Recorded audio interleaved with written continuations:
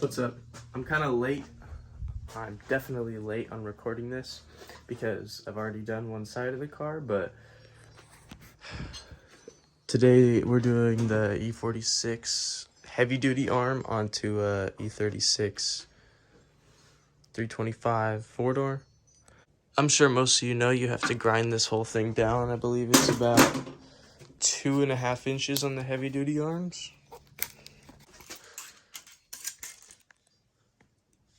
Yeah, right about a little less than 2.5 inches.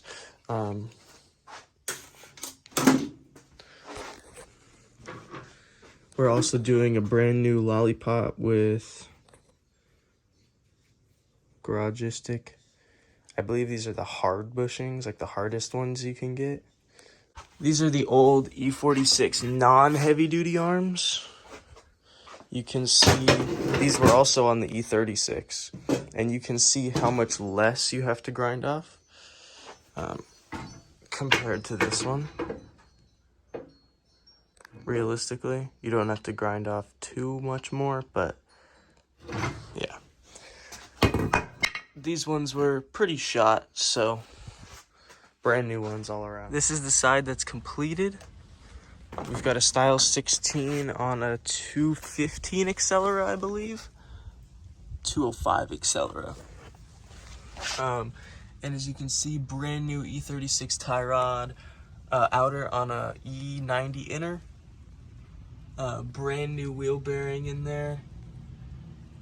Brand new tie rod, brand new control arm. And then there's that brand new bushing. I think it looks really, really good in there. We didn't paint any of the new parts. The previous owner painted all those old parts. Not sure why, but he did, so oh well. One small downside of this project is I'm going through grinder wheels like crazy. I think I've gone through like 5 or 6, maybe 4 or 5 doing this. Like I've only got a couple left and then I have to go get some new ones. I ended up actually using, I want to say this is a cement cutting bit, but it was not going down at all, so I used that for a while till I got sick because it doesn't do as well as the grinder wheel, but oh well. I got tired of switching, so I have both. Might as well use both. There are specific measurements to do this that you can use on like any E46 arm for an E36. I don't believe it matters if it's a coupe or a four-door or saloon, whatever.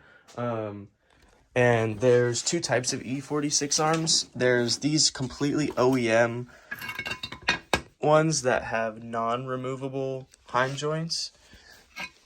So for those, you need to grind down 2 inches. I'd say if you grind down 2 inches, you'd be perfect for OEM bushings and for aftermarket poly bushings. Because with poly bushings, you do have to grind down.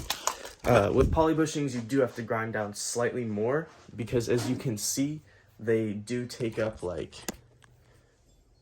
the entire lollipop as compared to this OEM bushing that I've kind of pushed out already. I kind of gave up on doing this because I was feeling like I was destroying the knuckle. It doesn't take up the whole inside of the lollipop.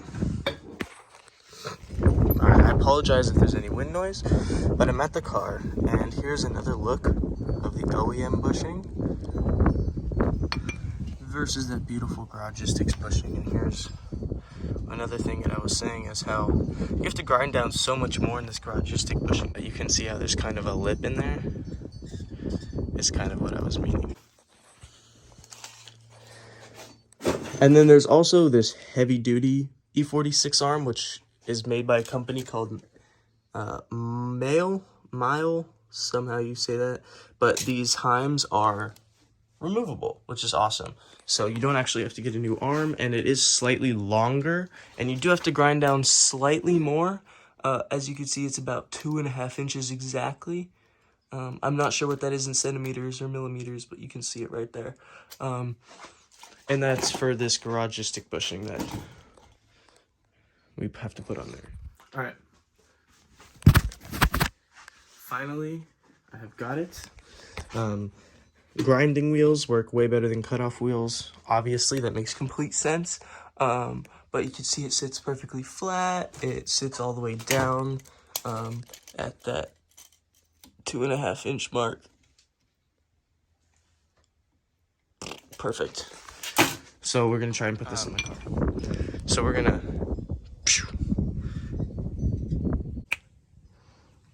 Ta-da! So ollie pops in. That bolt up there is tight. So hard to get to. I literally had to tighten it with a monkey wrench, but oh well. We got to get the knuckle on, rip the wheel bearing off, take the knuckle back off, smash the last cap off, and then put the new wheel bearing on. It is a grueling process, but it's all doable by hand. So, all right. So the old wheel bearing is off. It's on the floor. One thing I should note is this and this are on the knuckle after you take the old wheel bearing off. It's this little piece that sits inside right there. So all I do, stick it in a vise. BMW gives this nice little hole right here that you can stick a long flathead into and then hammer straight down. You can hammer the whole assembly off. You get a little hole in there, and then you can just hammer this whole thing off. Getting it on, almost just as easy. So to get it on, what I do is I've used, oh, that's not it.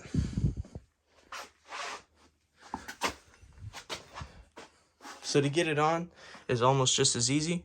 What I've been doing is this is an old like spring bucket for a 350Z.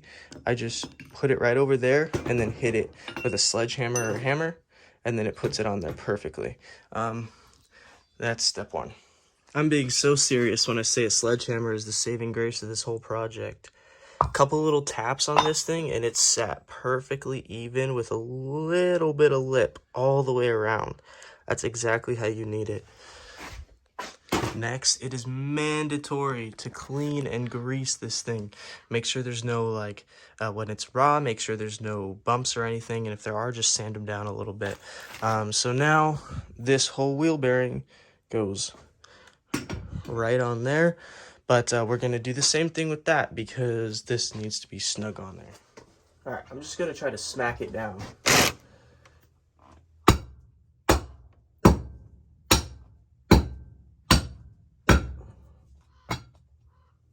That actually worked perfectly. So yeah, and then there is one little inside this lip right here. I would recommend giving that just the tiniest little tap. So we'll just... Perfect. Should spin freely. Beautiful. Give it a little bit of a clean. And now this is good to go on the car. All right, it is the next day and I have actually finished the car. I ended up needing a brake guide pin bolt. So I had my friend get that for me, and then he came down and helped me finish the car, but by that point it was already pitch black. So we'll go under here. As you can see, I do have that new wheel bearing in. It's all good. New tie rod. It's not aligned yet, so I haven't bothered putting the boots back on. And then when we go back here, you can see that new lollipop bushing. New control arm. I personally think it looks great with the new parts. It does drive really well. I just pulled it from this canopy around here, but all my other cars with welded diffs hate that corner, and this one did it perfectly. No clunking or anything, which is pretty rare after a front end rebuild. I'll see if I have any footage of putting everything back on, but yeah, this is pretty much going to be it. This is the side I was actually working on during the video. So you can see that it's also new tie rod, E36 outer, E90 inner, as well as that new control arm. biker skater modified knuckle with new wheel bearing. Didn't bother doing new brake discs since they are new. They're just rusty. They're just rusty because the car sat for like a month with the parts off of it while we were waiting for parts to arrive. So yeah, I guess that's gonna be all for today. Thank you for watching, and I'll see you in the next one.